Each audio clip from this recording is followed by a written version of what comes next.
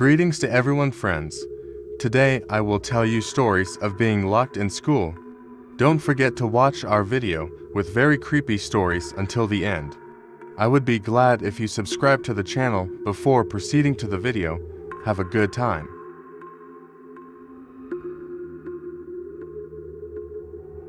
Late at night, 5 young friends, Jake, Emily, Sarah, Mark, and Jason, decided to meet at an abandoned school in a small town. This school, unused for years, had cracked walls and broken windows. Legend said strange events had once occurred there.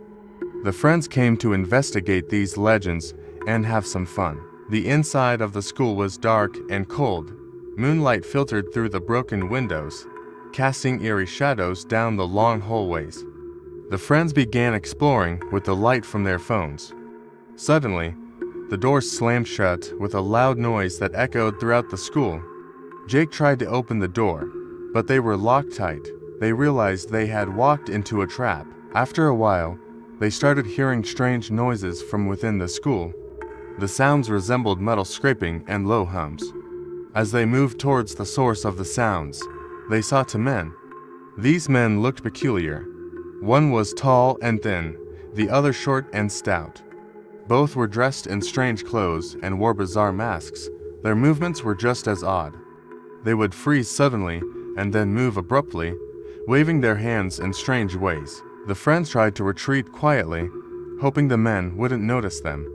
However, they were quickly spotted, and a chase began. As they fled through the hallways, they noticed strange marks left by the men. These marks looked like a mix of blood and rust. Sarah was caught by one of the men while trying to hide in a corner. The others grew more terrified as they heard Sarah's screams. Jake, Emily, Mark, and Jason continued running. But the labyrinth and structure of the school made escape difficult. When they took refuge in a classroom, they found an old table in the center of the room. On the table were notes and drawings written years ago. The notes indicated that the school had once hosted some dark rituals. The friends speculated that these rituals might be connected to the 2 strange men. While Emily read the notes, Mark looked out the window and saw other figures moving strangely in the schoolyard. These figures were slowly making their way towards the school. Realizing time was running out, the friends hurried to find an escape route. But just then, the 2 men appeared at the classroom door. Jake, Emily, and Jason fought with the men while Mark managed to escape by breaking a window. The others followed him and jumped out of the window to escape the school. Outside, they ran for a while to get away. Breathless, they finally stopped and looked back. The school had vanished into the darkness. After that night, the 5 friends never returned to the school. Each of them would carry the memories and the horror of that night for the rest of their lives. The town's legends became even more terrifying with their stories, and the school remained a place no one dared to approach.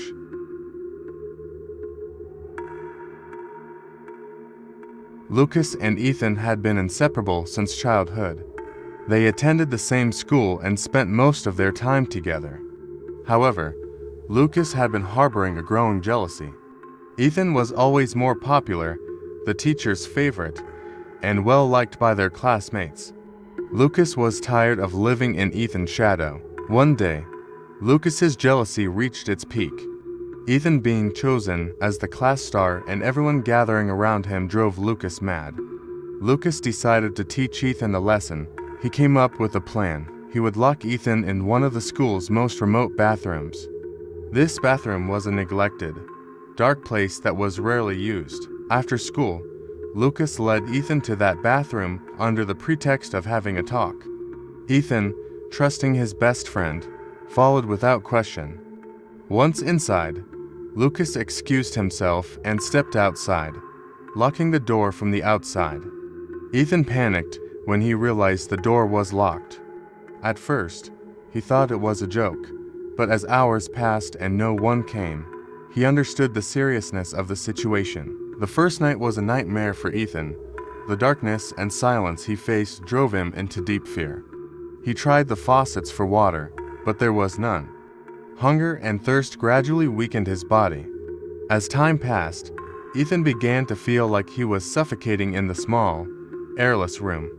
The sounds in his head and his heartbeat echoed in his ears. By the second day, Ethan's condition worsened. Thirst and hunger had pushed his body and mind to the brink of collapse. He was exhausted and weak.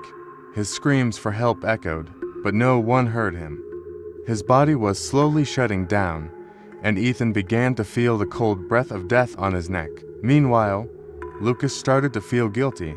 Initially, he had felt satisfied with his revenge, but with each passing moment that Ethan didn't show up at school, a sense of fear crept over him. After 2 days, he couldn't bear it anymore and confessed to a teacher. The school staff immediately took action and found Ethan in the bathroom, semi-conscious. He was rushed to the hospital.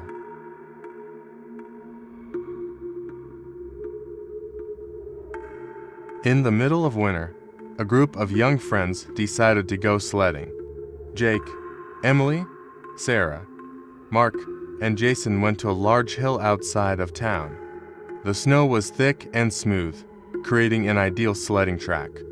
They had a fun day, but the weather quickly turned colder. As the sun set, the temperature dropped dramatically, and signs of a storm appeared. The young friends began searching for shelter to escape the cold. The nearest place was an old, abandoned school. This school had been unused for years, cold and gloomy, but they had no other choice. Once inside, they closed the doors behind them and settled in. The interior of the building was dark and eerie, but at least it protected them from the freezing cold outside. After a while, they started hearing strange noises in the building. At first, they thought it was just the wind howling, but the sounds became more regular and resembled human footsteps. As the friends explored other rooms in the building, the doors suddenly slammed shut and locked. Panicked, they tried to open the doors but couldn't. Soon, the young friends encountered terrifying figures emerging from the depths of the building. 3 men appeared from the dark corners. These men were dressed in dirty, old clothes, and their faces were covered in mud and blood. It was clear they were cannibals. Their eyes glowed with hunger, and they held sharp knives.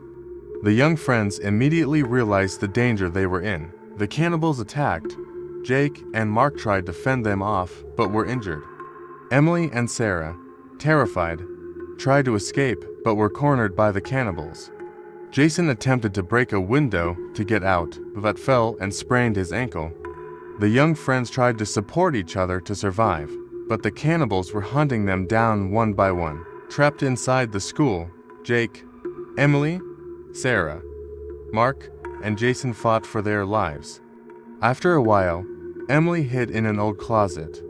Jake and Mark, heavily injured, tried to protect their friends by fighting off the cannibals. Sarah and Jason desperately searched for a way out. For 2 days, the young friends fought to stay alive. The cannibals were constantly on their trail. Hunger and thirst were breaking the friends' resistance. Finally, one morning, Sarah found an exit at the back of the school. She alerted her friends, and they all escaped together. When they got out, they encountered the town's rescue teams. The rescuers immediately took the young friends to the hospital. They searched the school for the cannibals, but no one was found. After experiencing this horrifying ordeal, the young friends decided never to go to that hill again. This event left deep scars they would carry for the rest of their lives. The townspeople learned how dangerous that abandoned school was, and no one ever approached it again. When the young friends gathered, they silently supported each other, remembering the terrifying memories they had shared.